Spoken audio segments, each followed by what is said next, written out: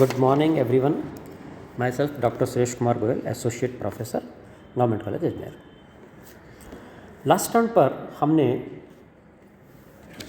Cost accounting के बारे में इंट्रोडक्शन के बारे में हमने देखा था, जिसमें हमने cost accounting, cost accounting, cost accountancy, उनका नेचर, उनकी characteristics, methods, techniques, installation of costing system, concept of cost audit, इन सब के बारे में हमने देखा था। अब नेक्स्ट आज हम लेते हैं एलिमेंट्स ऑफ कॉस्ट या क्लासिफिकेशन ऑफ कॉस्ट। तो किसी भी वस्तु को बनाने के लिए जो आप खर्चे करते हैं या कोई भी जो आप सेवा प्रदान कर रहे हैं, तो सेवा की पूर्ति में आप जो व्यय करते हैं, उन सभी को मिलाकर हम उस वस्तु की कॉस्ट या लागत कहते हैं। अब ये जो टोटल कॉस्ट या जो लागत है, इस कॉस्ट या लागत को हम जिन प्राइमरी ग्रुप्स या जिन मूल वर्गों में विभक्त करते हैं वो कहलाते हैं एलिमेंट्स ऑफ कॉस्ट। तो टोटल कॉस्ट को हमने जिन प्राइमरी ग्रुप्स या जिन मूल वर्गों में विभक्त किया वो कहलाएंगे एलिमेंट्स ऑफ कॉस्ट। और मुख्यतः किसी भी उत्पादित वस्तु की लागत को हम 3 भागों में बांटते हैं। तो जो एलिमेंट ऑफ कॉस्ट है या जो लागत के तत्व हैं वो मुख्यतः 3 लागत के तत्व होते हैं: सामग्री, श्रम एवं एक्सपेंसेस या व्यय, material cost, labour cost and expenses. इन 3 भागों में कुल मिलाकर हम टोटल कॉस्ट को विभक्त करते हैं, जिसको हम कहते हैं एलिमेंट ऑफ कॉस्ट। इस एलिमेंट ऑफ कॉस्ट में जो सबसे प्रमुख तत्व है वो होता है मटेरियल कॉस्ट।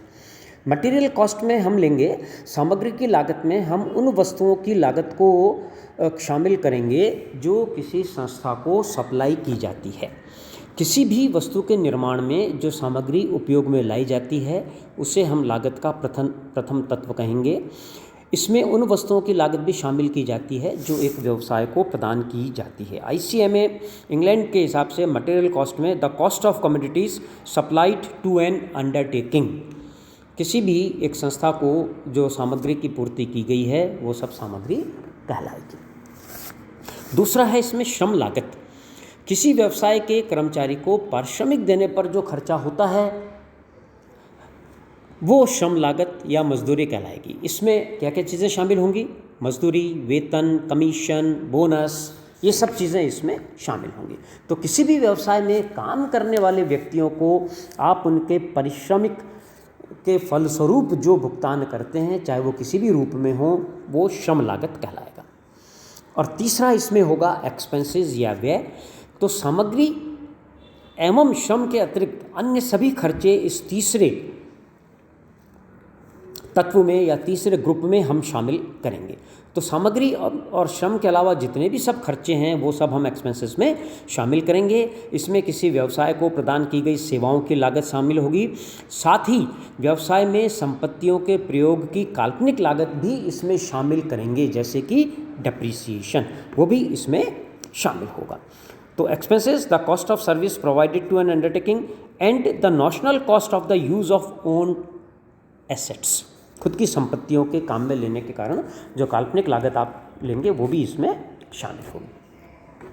तो इस प्रकार से हम किसी भी वस्तु की टोटल कॉस्ट को 3 मुख्य भागों में बांटते हैं। ये कहलाते हैं एलिमेंट ऑफ कॉस्ट: सामग्री, श्रम और व्यय। इसमें आगे इन तत्वों का पुनः सब classification of element of cost होता है। लागत के तत्वों का उपवर्गीकरण, लागत के तत्वों का उपवर्गीकरण, इसमें हम क्या करेंगे कि जो मटेरियल कॉस्ट है, जो लेबर कॉस्ट है और जो एक्सपेंसेस है, इनको हम पुनः 2 भागों में बांटेंगे: डायरेक्ट एंड इनडायरेक्ट। जैसे मटेरियल कॉस्ट है तो मटेरियल कॉस्ट को 2 भागों में बांटेंगे: direct material cost, indirect material cost. Labour को 2 भागों में बांटेंगे: डायरेक्ट लेबर, इनडायरेक्ट लेबर। ऐसे ही एक्सपेंसेस को 2 भागों में बांटेंगे: डायरेक्ट एक्सपेंसेस, इनडायरेक्ट एक्सपेंसेस। अब इसमें ये डायरेक्ट और इनडायरेक्ट क्या होगा, एक एक एलिमेंट को हम लेते हैं। सबसे पहले हम लेते हैं मटेरियल कॉस्ट। मटेरियल कॉस्ट में डायरेक्ट कॉस्ट क्या होगी? मटेरियल कॉस्ट में प्रत्यक्ष सामग्री लागत जो है, प्रत्यक्ष सामग्री लागत किसी सामग्री को अगर हम पूर्ण रूप से किसी निश्चित लागत केंद्र या लागत इकाई को स्पष्टतया हम चार्ज कर सकते हैं तो वो प्रत्यक्ष सामग्री लागत कहलाएगी।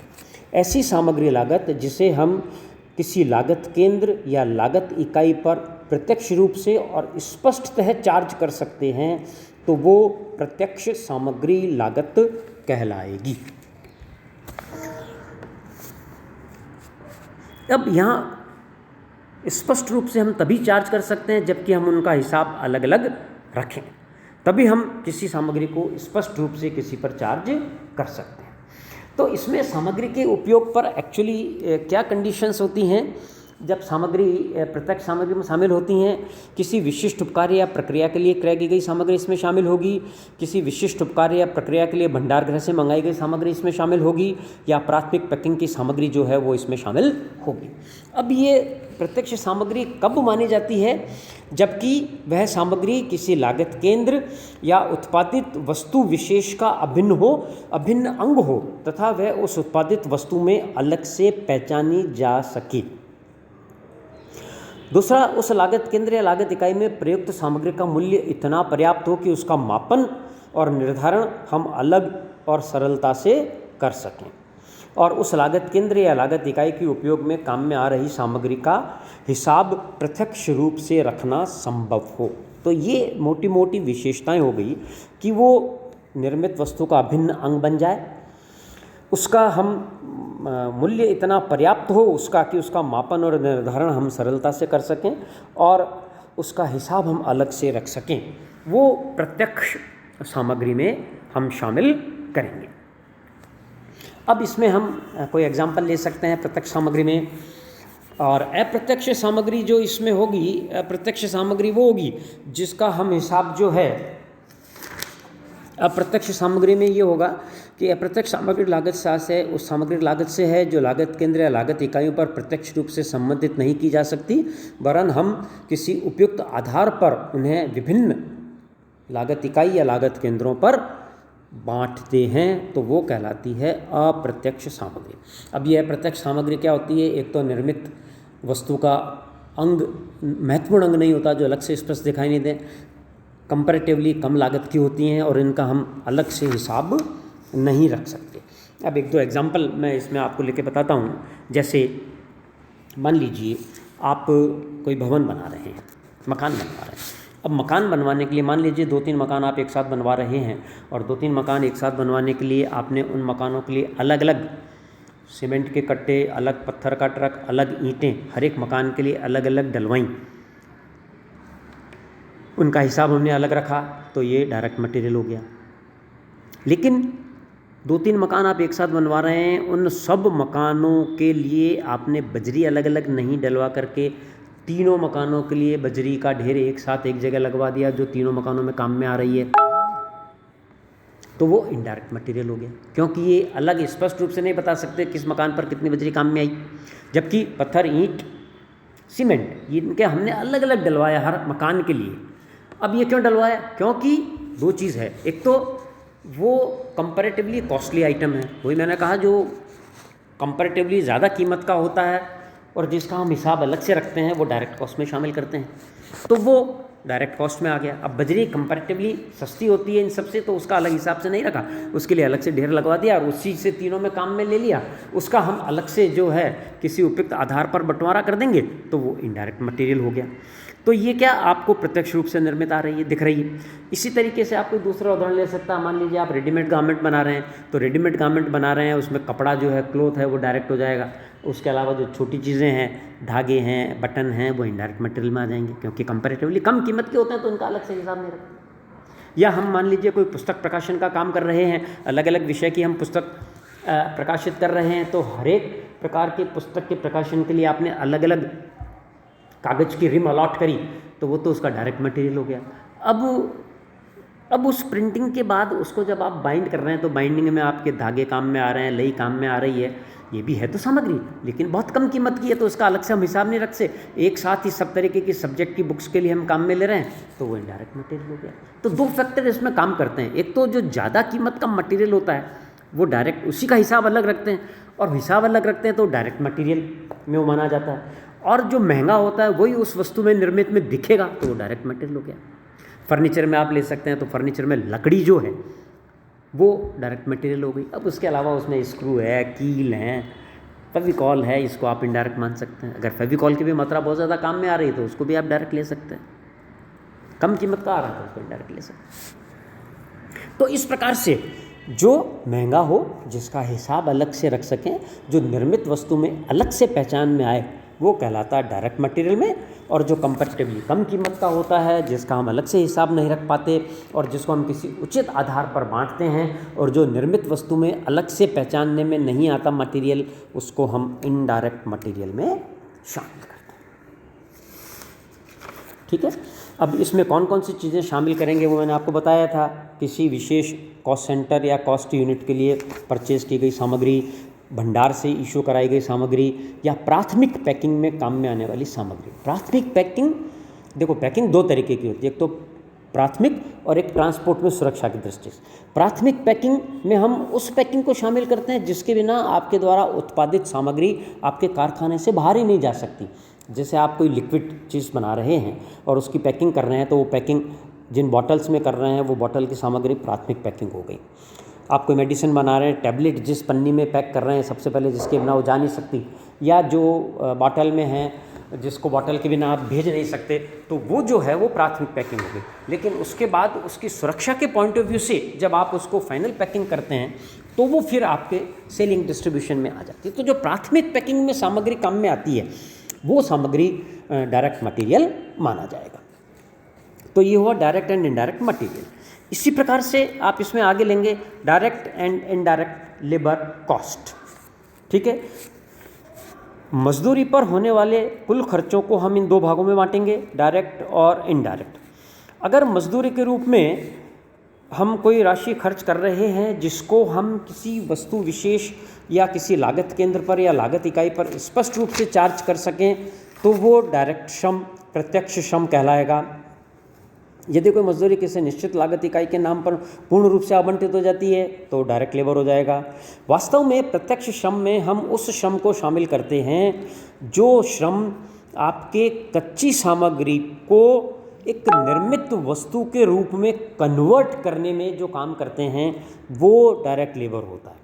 जो उसका रूप परिवर्तित करने के लिए जो अपनी सेवाएं देते हैं, रॉ मटेरियल को कंज्यूमेबल मटेरियल की शक्ल में परिवर्तित करने के लिए जो काम कर रहे हैं व्यक्ति, उनको जो पारिश्रमिक के रूप में आप राशि दे रहे हैं वो डायरेक्ट लेबर कहलाती है।